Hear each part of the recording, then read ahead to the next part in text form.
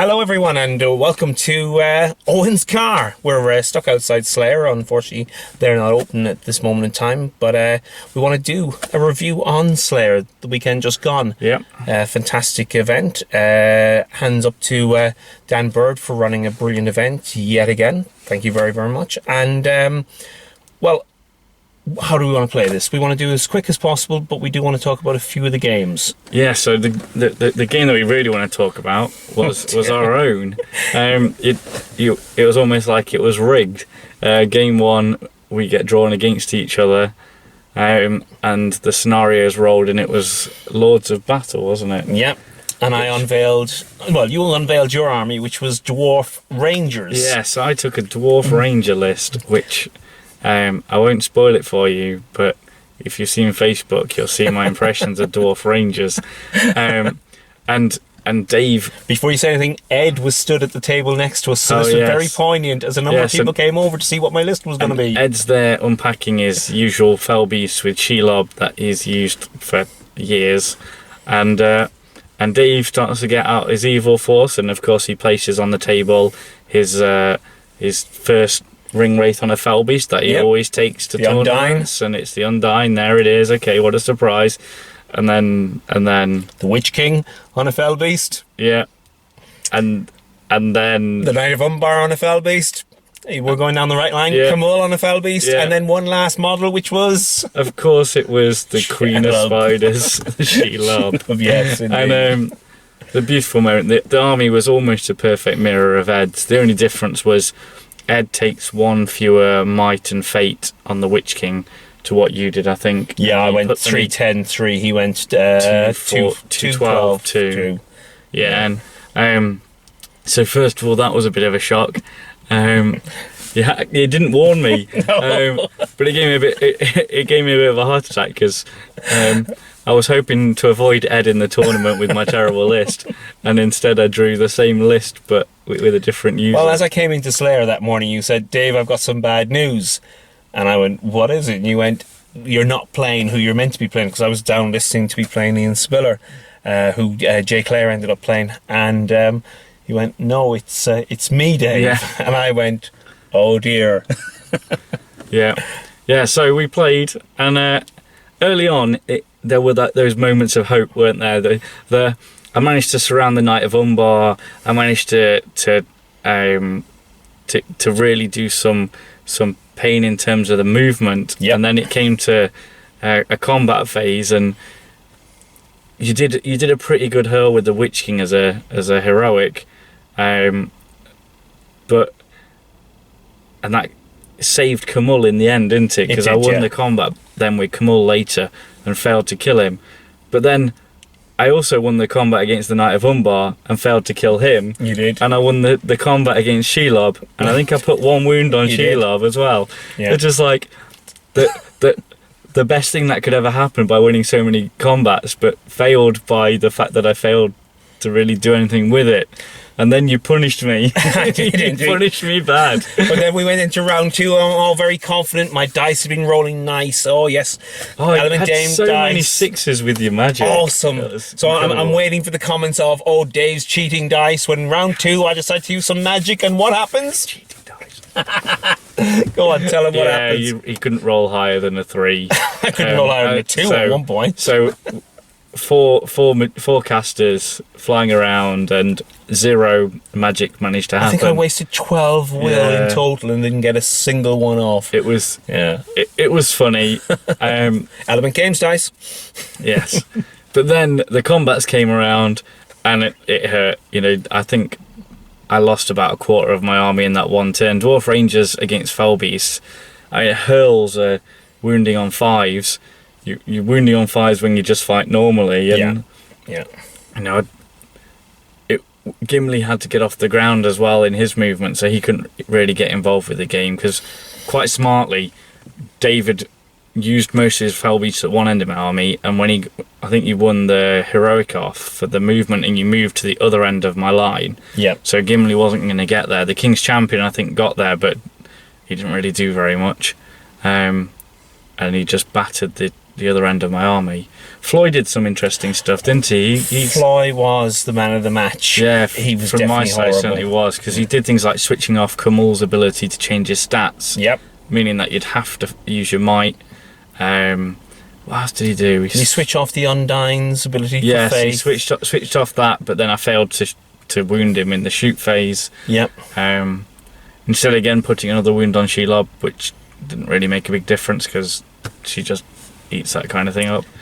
You had two main aspects to your army that I was most worried about: Floy, and it was Saruman the White. Yes, Saruman. Yes, he took the punishment there in that first turn when he managed to sap all his will. And then break his staff. And then break his staff in the second turn, yeah. No, the third turn you broke his staff, didn't you? Because I ran him away, so he couldn't do it. Best place for him. But anyway, in the end, it was as expected. You beat me, you cleared up almost my entire army, and it was a hilarious game of hurls and barges and all kinds of shenanigans. But I took a silly army because I didn't want to play for the league, and you were playing for something, and you got the VPs that you needed. I did, yeah. I did. Yeah, you certainly. I think there were only 6 guys left in my army at the end. 5 guys. It wasn't many. I think I ended up with something like 46 or 47 VPs or something. Yeah, it was a good haul. But wonderful game. Yeah. Shame that we played each other first. Yeah. But let's go quickly on to your second game. Who was that against? Who was it? Nick Bramwell. Yeah, I played Nick in the second game. Shut down Nick. I think I'd like to call him Shut Down Nick. Yeah, with his Angmar army. Yeah, I was really worried. He beat me twice in the week before the tournament, so I was expecting another thumping, and it wasn't to be for him, I'm afraid, because I'd learnt my lesson. The shades are horrible, and when they're backed up by a Witch King on a Fell Beast and a Barrow-wight, it's disgusting. Yeah. But I just had, Floy switching off the shade, keeping me in the game, and Saruman making sure that Barrow-wight and Perdura as well, making sure those two weren't in the game, which was pretty handy. How was your second game? World champion, and we started off him saying this is going to be an easy win, and I didn't know where to stand with it. I stupidly went in and I started hurling a few of his models around. He had Arnor. Obviously, I hadn't taken much notice of what he actually had, but when my hurls were against defense 6 and they were all standing back up again, I was thinking, oops, I've made a few mistakes here. Got very lucky with some of the combats in the centre and managed, it was domination by the way, managed to procure a win from him. Most memorable part, I think he put Malbit and Saruman on the floor in a forest. Wow. So so at least That's some cheese play, that is. Well, that's good. That's good. I was quite happy to run with that. If he's on the floor, therefore maybe he's not casting as well. That's true, yeah. But he hasn't got the movement, therefore. But of course he did that because your flying creatures can't land in the wood. So correct. It's a good tactic. It might be cheesy, but you do what you have to do with domination, don't you? In fairness to him, he did a fantastic move. He actually positioned a tree, Saruman, another model, and Malbit in a triangle so that I couldn't compel or command Saruman out of the woods even. Very good. So, well done on that as well. But so there was no leader points there, but I did manage to clip a win by getting some of the main domination points. So that was game 2. Game 3 for yourself was against? Who did I play against third? I actually can't remember. Well, while he's quickly thinking about it, you do yours, and I'll try and I've actually just lost track of thought as well. I was playing the third, and we're going to get a slapping. All I remember is I got battered. That was my third game of the day. I got absolutely rinsed. I think the key thing to remember, guys, is that the format for Mansfield was we had to roll to see whether we were good or evil for the day. Yeah. I picked evil. You managed to get good. Yeah. My opponents, I'm so sorry. I've forgotten who I was playing against third as well. No, I haven't. The third game was Seize the Prize. And guess who I drew for Seize the Prize? And I do apologise. I bow with apology, Damien. It's Mr. Damien O'Byrne. O'Byrne. I played him. Damien. I played him in Mansfield, sees the prize last time. I play him in Mansfield, sees the prize this time. I have flying beasts, and he doesn't. He has his elves. And it came down to roll-offs again. Very, very interesting roll-off. He won the first roll-off this time, so I didn't get to run away with the prize. But, and he pointedly mentioned, I did pick the prize up. Yeah. First turn. By the end of the game, I'll quickly go through it. He's a fantastic player. He knows what to do, and he does it brilliantly. Yeah. But what it came down to was I lost Shelob in the very last turn. Oh, really? But before I lost Shelob, I had gotten the Undyne off with the Ring Wraith. Yeah. I won that priority roll-off, but that's all I had left. Shelob left on the table. The Witch King, Camul, and the Knight of Umbar both laid in their shadowy rests, put to the side. And of course, Damien's destroyed. army was beautiful. He had a mostly new fine cast elves, wasn't it, in his army, and it was absolutely gorgeous. You might have seen it on the Facebook group. If you haven't, go look. It is And shared up there. Damien's always a pleasure to play against. It came down to, ironically, the game was a game of roll-offs, as it always tends to be. Sees the prize between myself and Damien. One roll-off is one of the elves tried to charge into Shelob, who had the item, and failed the courage test. Ooh. The second roll-off was Legolas tried to charge in against Shelob with the item at the same turn, and also failed the roll-off. That's my kind of courage test, that is. I'm notorious for them. But what a great game. And we both said it became a game after the original roll-off failed. Yeah. So, again, thank you very, very much, Damien. You taught me quite a lot of stuff in that game. I fear elves, most definitely, and I look forward to playing them again, hopefully in a different game. Elves are one of the main enemies of the old Felbeast. And actually, I remember who I played, because I played against the fantastic Jamie Giblin. So you played one GBHL, I played the other one. What did Jamie bring? And Jamie had a hugely elite dwarf army where he had Durin, but he was using a Dane model with Iron Guard, and then he took random members of the company of dwarves. So I think he had Orion, Norri, Thorin, Dwalin, Gloin, and we clashed together in the middle, a clash of dwarves. I think he picked up the prize initially, and then I killed him to get the prize onto Gimli, and then I just looked at it and thought, he's going to break me, because dwarf rangers don't do very well in these kind of situations. And all of his main heroes were on one side, so I thought I'll send Gimli the other way, except I didn't win a 50-50 roll for a good half an hour. So Gimli was stuck, and he was stuck right in front of Durin and Thorin, which is not a good place to be.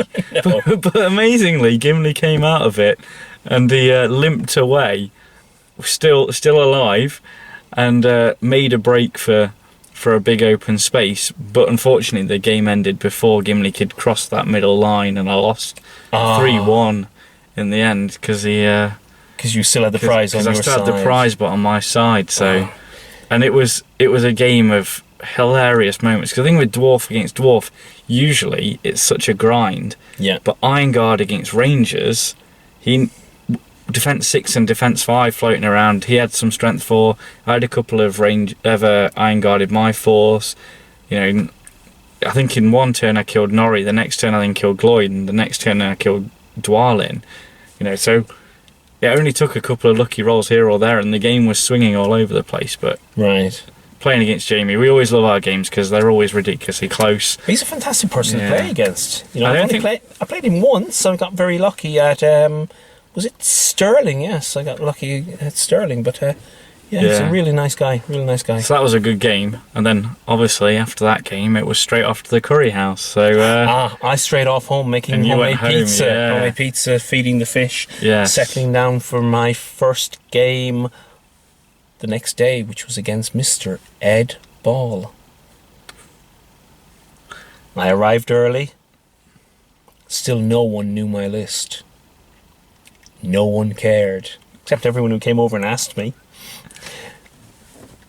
Dan said, game starts. My box opens and I bring out a mirror match army against Mr. Ed Ball, who had Aragorn, Glorfindel, he had a Trandrel, he had Saruman the White, and he had Isildur, all mounted on horse. I had Aragorn with a bow, Legolas, Glorfindel, Trandrel, and Saruman the White, all mounted as well. It was taken hold, unfortunately for Mr. Ed Ball. His White Council, which was Glorfindel, Trandrel, and Saruman, never came on until turn 4. He rolled 3 ones for deployment for those. Wow. Yes, by which time Aragorn and Isildur were wondering where their horses were, falling to either Aragorn's bow or Legolas's sniper bow. rifle. Yeah. The game was unnerving for me because he rolled a 1 for his White Council.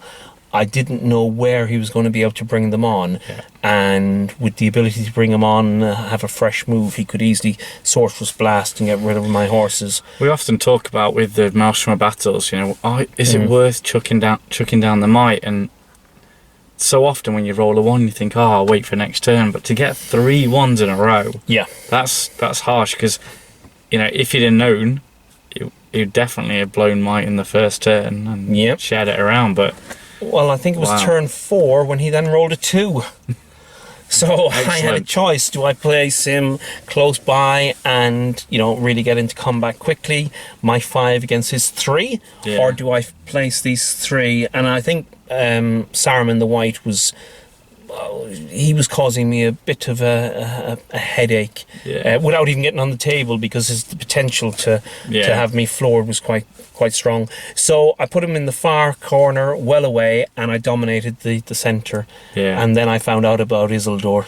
Yes, I made some major... I've never played against Isildur with the ring in a combat phase. I played against him with you, but we kind of kept him away a bit. So to give you a little breakdown, Isildur, when he puts the ring on, although there's a risk to yourself that you might lose control of him, when he gets to a combat, it halves your fight, and you can't shoot him, and you can't... When you charge him, you have to take a courage test at -1 for every inch that you are away.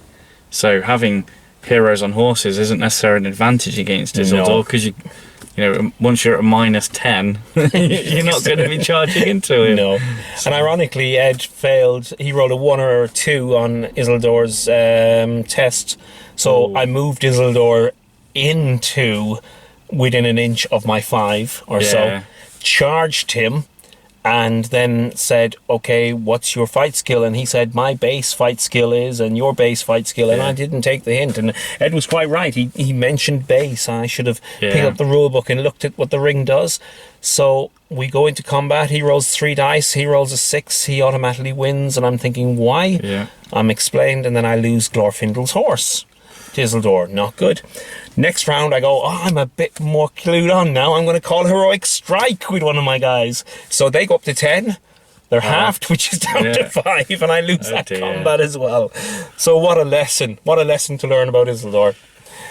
But yes, the game progresses, and Isildur is dragged away by Legolas a wee bit away. He fails a test. I move Isildur to the side. I get Legolas back in, at which point Glorfindel, Saruman, Aragorn, and Trandrel have all fallen to my 5. And then Ed mentions in the last moments of the game the ruling of the ring. If you're wearing the ring and you're the only model left, then a game over. They're taken away as a casualty. The will of Sauron is strong. Yes, I had tabled Mr. Ed Ball, and I was feeling very, very confident. 4 wins, no losses. What was your day 2 game? Sitting on a win and 2 losses, I was ever hopeful for day 2. But my day 2 army was nearly as silly as my day 1 army. So my day 2 army was the Troll Chieftain, a Witch King on a Fell Beast with a Morgul blade in case somebody did something silly like Smaug. Right. I had a Taskmaster and then Kardush with a horde of orcs and a few Blackgate Uruks. And I drew David Whittaker. Now, David is an absolute legend, and he takes armies that look so pretty and beautiful. But he took dwarves. And so, again, I'm playing a dwarf player, and I'm walking towards him thinking, it's all right, because I've got 4 Urukai in my army, and I've got the Witch King. I should be all right. And then our first Shield Wolves met, and kind of not loads happened. I'd got a standard Fury up with Kardush. I didn't channel it, and I thought, next turn, I'm gonna do something crazy. Next turn, he moves first.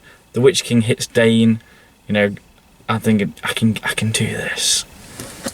Roll to wound. I got 4 wounds against Dane. He passes both of his fate, thus keeping him alive on 1 wound. I think he maybe saw 1 combat in the rest of the game, because after that I just couldn't get to him. Iron Guard and Khazad Guard swamped the Witch King and brutally murdered him. I had his normal dwarf shield guys with spears, the Erebor ones who were hanging around with Thorin, and all they were doing was rolling 1 dice. Didn't bother to shield, didn't even give me that kind of dignity. I'd put 3 orcs against one shield dwarf. He should be shielding, but nope. Didn't bother shielding, won nearly every single combat. Oh dear. Cut me down. My Fury rolls were terrible. Fortunately, most of the time I was keeping Thorin pinned down, so at least he wasn't coming in and butchering me. But his normal dwarves were doing so well. At the end of it, I think pretty much everything in mine ran away. Yeah. And being taken hold. Normally with dwarves, you think if you can get to them and either kill them quick enough before they get to the middle, or die quick enough before they get to the middle, you can win. Yeah. But it didn't happen. It wasn't to be, and David took a well-earned win off me. Nice one, Dave. It was a brilliant game, really, really funny. It's always fun to play a dwarf army a game when they've got to move, because they can't just sit back and shield. And then we're on to game number 5. Yes. With sitting at completely different ends of the table at this point. I can't even see Dave. He's so far away in the room because I'm on table 1. I'm on table 1 against Mr. J. Clare and his Lake Town army with Gladriel, the bane of all fell beasts, and Saruman the Wise. Just to remind you, Dave, Jay, and Ed were all playing for the win of the league, and Ed's lost his game, which doesn't put him out. Nope. But it means that things have to go the right way with Dave and Jay, and then Ed be fortunate with his results to overtake them for it to go well. So, what happened? Well, the game started, and as it started, Jay mentioned to me that all he had to do was win against me, or win the final game, to A, win the tournament, and B, win the league. Which was a bit of a hammer on the head sort of a, oh dear, okay, that's fair enough. Well, we started off, I had my 5, he had his horde, and in the first... Lake Town. Yeah, the first 2 turns, I lost all my horses to his archers due to heroic accuracy. And then it came down to a point of me trying to pin him down whilst he legged all his guys off, because it was Reconnoiter. Yeah. He won the game. I'm going to make it very, very quick. He won the game, but there's 1 or 2 nice moments. One where I think one where Aragorn with his bow managed to kill the 2 first fleeing Lake Town. Yeah. Managed to pin down and upset Saruman, and Gladriel managed to break him, but unfortunately he had just cleared enough off the table to win the game for that. Yeah. So very, very, very quick. I'm not trying to take it away from Jay. It was an amazing game. Lovely guy. Loved the guy to bits. Had a great, great time. But literally, I went into the game at a major disadvantage. 5 models against 40 odd in Reconnoiter. Yeah, it's a tough ask. And lost all my horses in the first turn. Yeah. So with that, thumbs up to Jay. Great win, fantastic time. I also realised we've got a lot to get on with. Move on. And at the Your game 5. Well, at the same time, Ed was winning his game. Yeah. So the league, from a league point of view, the tension in the room was brilliant, because it was like a few months ago we were worried that the league was going to be decided before the finale, and instead we get to the end of Game 5 and nothing's decided. No, it's still there. Whereas way down at the bottom, I think I might have been on the very second to bottom table. I think I was at that point. I was playing against Tom Picard. Again, another local lad, brilliant guy, love playing against him.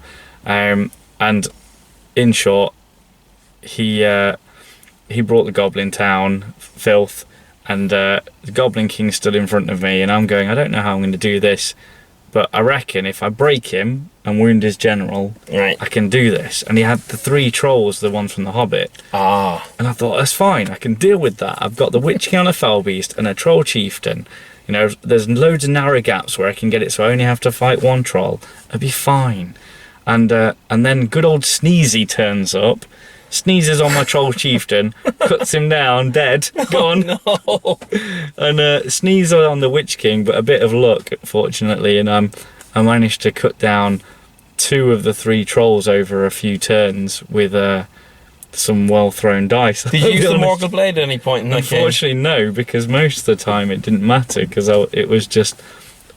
It was one of those games where I didn't get a chance to strip their fate off before going for the kill. It was they died or they hurt me really badly. There was nothing in between. And of course, 2 of his trolls had higher strength than the Witch King, so could have potentially healed him if they'd have won a combat against him. So I was very panicked about that. But then, so my general's dead, the Troll Chieftain, but my opponent's look is almost broken. I was thinking, it's fine, I got enough guys to break through. There's no way we'll get to 25%. He's got a Shaman with Fury, and he's got the Goblin King. He's still got Grinner around. He's still got one of the trolls around.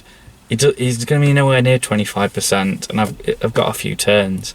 And then, now, Tom didn't seem to intentionally do this, but he courage tested the Goblin King first, who passed. He did Grinner second.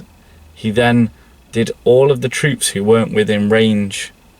And then he did the Shaman, who, by the way, didn't have Fury because I sat wheeled like a good boy. And then he did the Troll.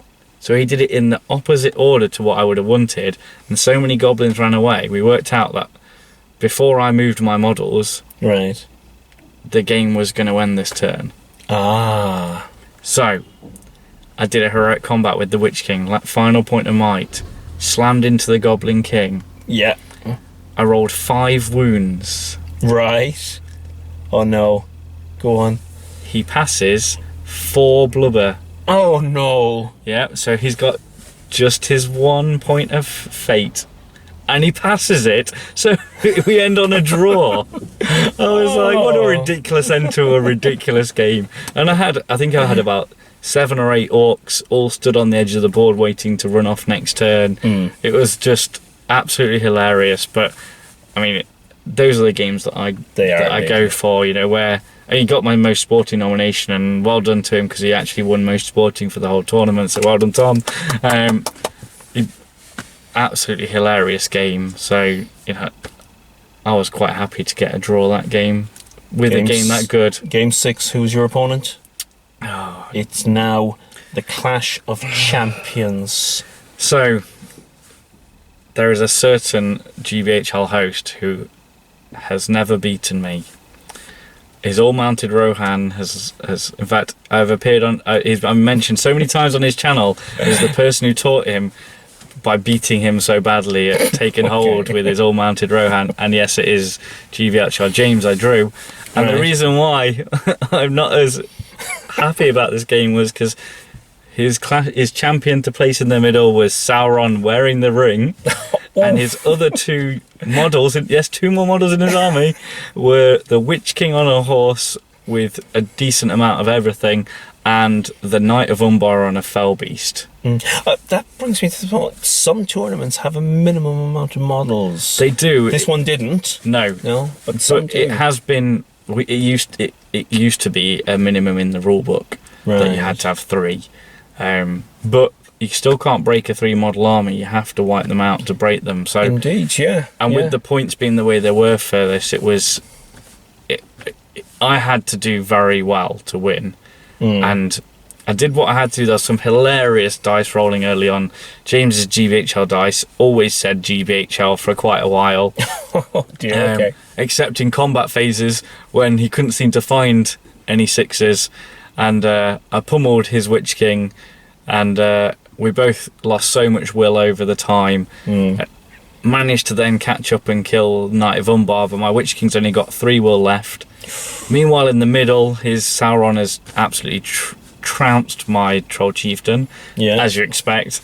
But I've managed to draw most of his might and a bit of fate out of him, and my Orcs got in, and you know what?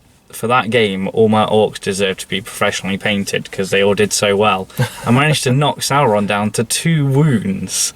But he never had to use the ring. So he never had to use the ring, but just Orcs, standard Mordor Orcs, took him to 2 wounds before eventually James remembered how to roll 6s, at which point he just did that silly spinning special rule that he's got where it's 1 attack against every model in combat, including and spears. Supports. Yeah. So I think in 1 turn he killed 8 guys with just spinning on the spot, and he walked his way back to the prize that we were fighting over and won the game in what was one of the most hilarious games I've ever played, because what a ridiculous army. And when you're down on the bottom tables, you expect to be playing against easy armies.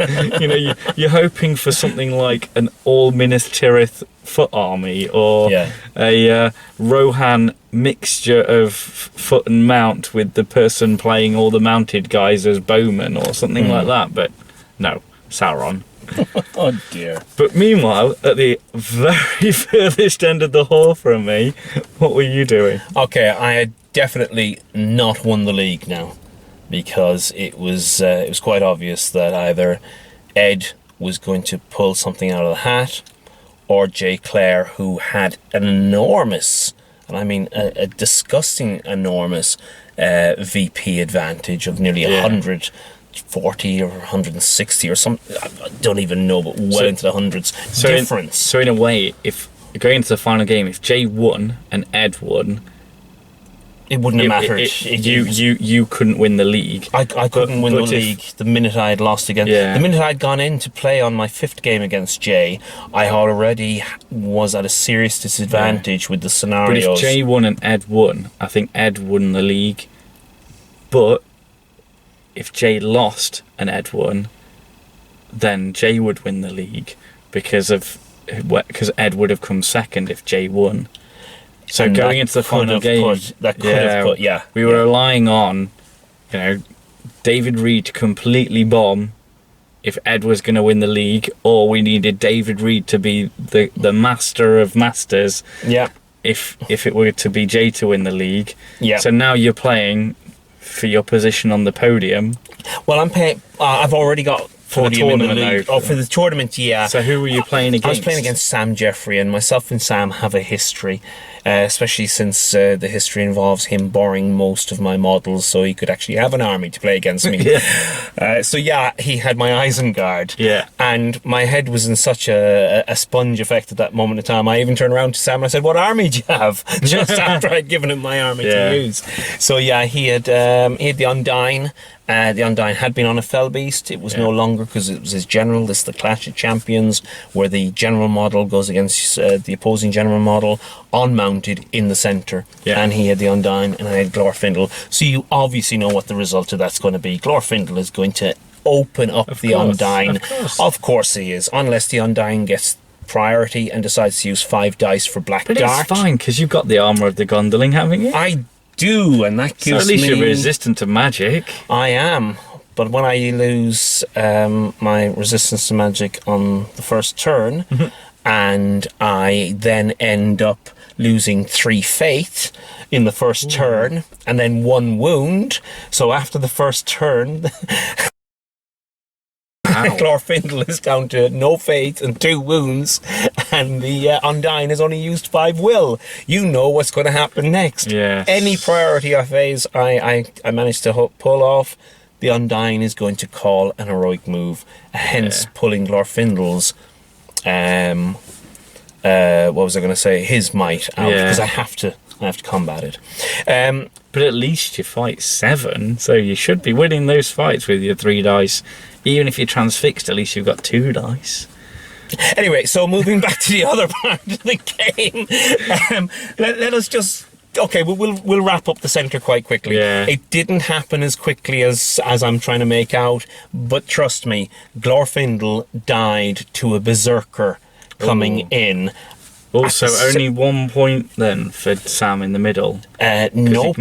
He managed to wound you, but the berserker killed you. Yes. Ah. But the Undyne popped in that same turn. Oh, wow. Because I had managed to pull him down with will by constantly getting into combat with him and not giving him a chance to actually cast a spell to self-pop, which he had warned me he was going to do before the game. Dave, out of respect, I'm telling you, I'm going to pop myself. I didn't let him do that, so moral victory there. Unfortunately, Sam, we'll cut the game quite straight. Sam won beautifully, and I think he did something that just amazed me to win the game. And it was something very, very simple, something you won't even think has any bearing on any game if you come up against it again. He had, I think, 11 crossbows. He broke them up into 2 separate units. So with my horses, with my all-hero force, my first port of call was I had to get rid of those. So now I had 2 units separated at a distance. So by the time I'd killed the crossbowman, he was 1 off from breaking. All he had to do was lose 1 more person, and then, we're looking at potentially the game coming to a dramatic end. Unlike most taking hold, at 25% you roll a dice on 1 or 2. In this Clash of Champions, the minute one person reaches 25%, it's game over. And of course, when you're using an all-hero force like you were, when you come against Isengard, there's always that thing, because they're strength 4. Yeah. If there's anybody who's going to open up your horses and your armour, Isengard are one of the armies that does it well anyway. So they do indeed. You're having to spend might in places where you wouldn't otherwise have been spending might. Even worse than that, I was charging Saruman in against 2 berserkers on his horse, hoping, for some reason out of God knows where, I managed to get Legolas in as well, I believe, but then I called an heroic combat with every one of my heroes so they could then get into the centre to have the numbers advantage from what I was actually doing. But Saruman and I believe Saruman and Trandrel didn't win their heroic combat in the last turn, so Sam won, and a convincing win anyway. Yeah. But it put Sam into 3rd place then on the podium. Well done, Sam. Congrats, yes. And real great opponent to play. Everyone I played was delightful, except for my very first game. And that's Sam's first solo podium. It is, yes. So that's really good and well deserved. Long time coming. Yeah. Hopefully we're going to see more of him in the future now that he's getting to tournaments, actually doing well. He's been my regular opponent for years, so I'll chuck out all kinds of banter at him. It's terrible. He only knows how to use Saruman. He's a very, very good player. He's a very good player, Got a lot of time for him. And so, in the end, Dave Reed did manage to pummel Jay, and he did, and he really did. So then it was looking down the tables. Had Ed done it, and it was one of the last up games against Joe Wilcock. And Joe, if you don't know Joe's quite a young lad on the he is, yes, scene. I think he's 14. Yeah, and 15. He's really good. He is. He's really, very, very really good. And so it was, can Joe do the business? Now, Joe said to me afterwards, it was a foregone conclusion, and I said, was it really though, Joe? And he was like, yeah, because Ed. These kind of missions, that's when Ed shines. Yeah. He really pulls through, and he did. And he beat Joe, but took his time and manages to make sure that he gets himself his 2nd place in the league by not letting any other of these whippersnappers sneak up. So Yeah. so in the end, the tournament was Dave Reed. Sorry, Jay Clare first, Dave Reed Reed, second, and Sam Jeffrey. which meant that the league finished Was with Jay Clare, Ed Ball, and myself. well done, third place. Thank you. And what an end to the season! You know, fantastic. It came down to the final game. Great that with that you actually managed to get to play the two main contenders as well along the way. That's very important. So whoever won the league was going to be able to say that they'd won a game against somebody who was. The great thing about it is that all three of us have beaten each other as well throughout the year. So, you know, Ed has dominated, just knocked me off the table quite a few times. I've now had 3 solid wins against him. I've beaten Jay Clare quite a few times this year. He's also had a couple of solid wins against me. So, it's definitely... And the points... The points results demonstrate that it was out of 400. We all ended on 393.5 for the winner, 393.4 for Ed Ball second place, and 393.3 for myself. So there's only 0.2 difference between third and second place. And obviously big shout outs to like Tom Harrison, who's been running the spreadsheets for the league this season. Great job at that. Indeed. And sorting out the prizes for the league. What prize did you go home with? I got third place. Third place was entitled to pick one of the lovely Weta statues. First place obviously got first choice. And Jay, who I'd spoken to previously, was kind enough to pass over Gandalf to me because he knows that my 3-year-old daughter just has an amazing fascination with it. And yet again, thank you very, very much for that, Jay. Well done, Jay. Doesn't take away the fact that he still won the league, spot on, and he accepted Gollum, the Weta Gollum, as his first place prize. And again, my daughter loves the Gandalf. Minute got it in, she was just went ballistic about it. So thank you very, very much. Wow. But that's the community for you. And Jay's a top guy. You know, it's never been about winning and losing. It's about having a great laugh, building our community. And so one of the things we haven't talked about yet was the actual what did we do Saturday night this time? Well, we went to the Mint. We always go to the Mint. Was it good? I'll be honest, it was the worst one I've ever had at the Mint. Because there were too many. I think there were too many of us for them to deal with. So they anybody who had a korma, it was cold. But everyone else's was spot on. So it was just one of those things. But I've been going there for like 10 years or something, and that's the first. But that is great. The fact that the community now is getting bigger and bigger at the events. I think we had 34 people went out for the. And what did Tom Harrison say? 100 new people this year. Yeah, 93 new people. Fantastic. And what a season! You know, we've had so many good nights out. We've had so many good tournaments. We've had so many good just casual gatherings. Yeah. And it's great to be a part of such a community. And hopefully next year we've got even more events. Just announced before we came down was the Games Workshop. Yo! Thrown to schools. I always say Game of Thrones for that one. I have no idea why I get that one wrong. My apologies. So excitement for next season, and I guess a big thank you as well to Dan for running the Slayer tournament. Yes, it was a great final. And the atmosphere there was brilliant. Looking forward to future events there. Yeah, and hoping run by Dan. Got 2 in for next year at Slayer, so hopefully we'll be back there again. For some more Hobbity goodness. And I think... Shall we cut this now? Because we have definitely got to do another video about an event coming up in January. Woo! Right. So we'll see you shortly. Okay. And do the usual, subscribing, share it if you liked it. Maybe even click like. That would be cool. We're not making any money, but... Same car, same place, 2 minutes time. See you soon, guys. Okay. Bye for now. Ciao.